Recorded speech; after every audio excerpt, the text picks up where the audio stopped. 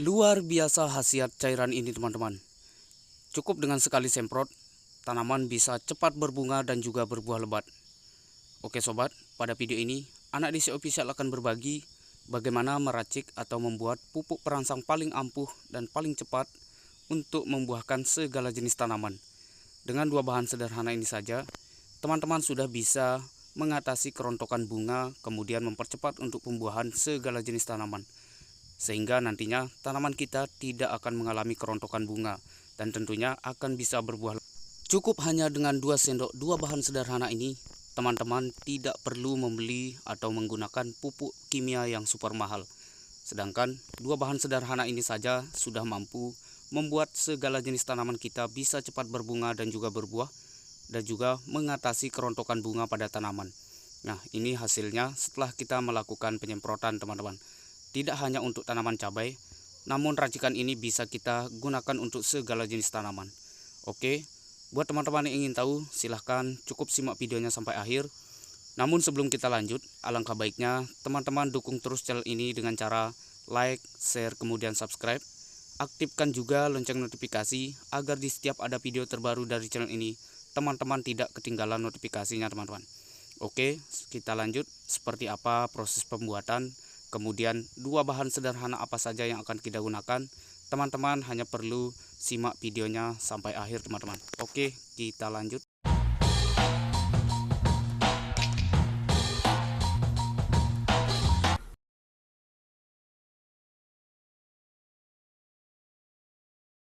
Assalamualaikum warahmatullahi wabarakatuh. Selamat datang kembali di YouTube channel Anak Desa Official. Oke, pada video ini Anak Desa Official akan berbagi bagaimana membuat pupuk perangsang pelebat buah untuk segala jenis tanaman agar nantinya tanaman kita bisa cepat berbuah dan juga berbuah lebat. Juga bisa mengatasi kerontokan bunga pada segala jenis tanaman kita teman-teman. Sehingga nantinya kita bisa menghasilkan hasil panen yang melimpah tentunya. Hanya dengan menggunakan dua bahan sederhana. Namun hasilnya di luar dugaan teman-teman. Ini benar-benar tidak pernah terpikirkan sebelumnya. Nah, pada video ini saya akan berbagi bagaimana tips dan triknya untuk membuat pupuk perangsang super ampuh ini. Jadi saran saya, teman-teman simak videonya sampai akhir agar nantinya teman-teman juga bisa melebatkan segala jenis tanaman. Kemudian teman-teman juga bisa membuat pupuk perangsang sendiri ya, tanpa harus membeli pupuk yang super mahal. Oke, kita lanjut.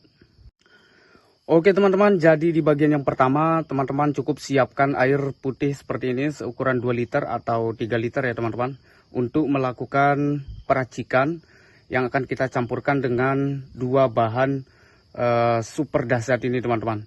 Jadi bagian yang pertama teman-teman siapkan ganda silbe seperti ini, seperti biasa. Jadi ganda silbe ini saya rasa teman-teman juga sudah tahu ya manfaatnya dan kandungan-kandungan yang ada unsur hara di dalamnya. Nah seperti ini. Jadi ini untuk ganda silbe, teman-teman bisa mencarinya di toko-toko terdekat ataupun teman-teman bisa memesan lewat Shopee ataupun yang lainnya teman-teman. Ini juga harganya cukup murah ya, tidak terlalu mahal. Ini saya beli kemarin. Jadi ini untuk kandungan komposisi nitrogen, kemudian fosfor. Di sini untuk komposisi nitrogennya 6% ya. Nah, untuk fosfornya di sini mengandung 20% P2O5 untuk fosfor dan juga kalium teman-teman. Nah, ini untuk kaliumnya 30% K2O ya. Nah, seperti ini. Ini ganda silbe. Teman-teman bisa mencari atau membeli di toko-toko terdekat. Kemudian di bahan yang kedua, kita di sini sudah menyiapkan yakni seperti ini, NPK 1616 NPK Pak Tani ya, seperti ini. Nah, di sini juga teman-teman saya rasa juga sudah tahu, sebelum untuk melakukan peracikan teman-teman bisa membaca kandungan-kandungan yang ada di dalam NPK 16 Pak Tani ini.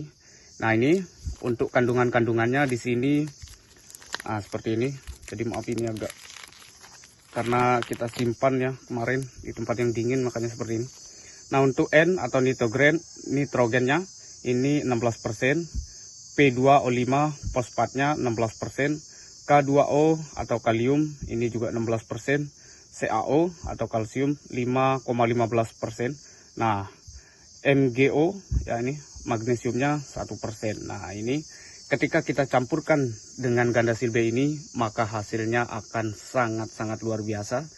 Ini cukup nantinya teman-teman lakukan penyemprotan 1 kali saja ya, cukup 1 kali. Kemudian kita semprotkan pada tanaman yang memang sudah siap memasuki untuk masa pembungaan. Jadi ketika musim berbunga, teman-teman juga silahkan untuk melakukan penyemprotan supaya nanti untuk menjaga ketika menjadi pentil itu tidak akan rontok, teman-teman. Langsung saja di sini kita akan menggunakan masing-masing 2 bahan ini seukuran 1 sendok makan saja. Jadi bagian yang pertama, teman-teman siapkan air putih seukuran 3 atau 2 liter. Kemudian untuk Gandasil B ini kita gunakan seukuran 1 sendok makan ya, teman-teman. Kemudian nantinya NPK juga untuk penggunaan kita gunakan seukuran sendok makan. Oke, seperti ini. Langkah selanjutnya kita masukkan untuk Gandasil B-nya.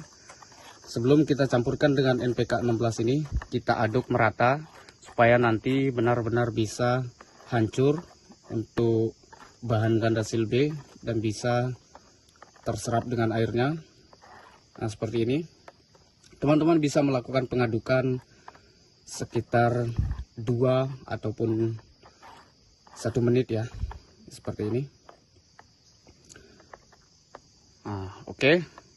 Jadi setelah kita masukkan untuk Gandasil B ini, kemudian di sini kita lanjut untuk penyampuran dengan NPK 16 Pak Tani ini. Nah, untuk NPK ini kita juga akan menggunakan seukuran 1 sendok makan saja ya, teman-teman. Jadi untuk pembuatan skala besar, teman-teman bisa menambah dosis atau ukuran takaran untuk NPK kemudian Gandasil B ini. Nah, seperti ini. Oke, 1 sendok makan Gandasil B, kemudian 1 sendok makan untuk NPK Petani ini. Nah, di sini langsung saja kita masukkan, kemudian kita aduk kembali 3 atau 2 menit ya. Oh ya, teman-teman, jadi untuk ukuran penyemprotan atau ukuran dosis yang akan kita gunakan, teman-teman cukup menggunakan 300 ml untuk 1 tangki yang ukuran 16 liter. Oke. Ini bisa kita semprotkan pada tanaman apapun ya. Jadi kita semprot tanaman yang memang sudah siap untuk berbuah ataupun ketika masa pembungaan untuk menjaga nantinya supaya tanaman kita tidak mengalami kerontokan ya ketika sudah menjadi buah ataupun masih menjadi pentil nantinya. Oke, jadi seperti ini ya, teman-teman. Kita aduk merata supaya benar-benar bisa tercampur seperti ini ya. Nah, oke.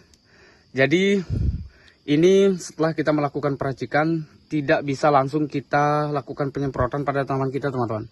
Melainkan ini harus kita fermentasi ya. Ini wajib kita fermentasi selama 1 hari saja. Kemudian ini teman-teman silahkan masukkan ke dalam botol ataupun wadah yang lainnya.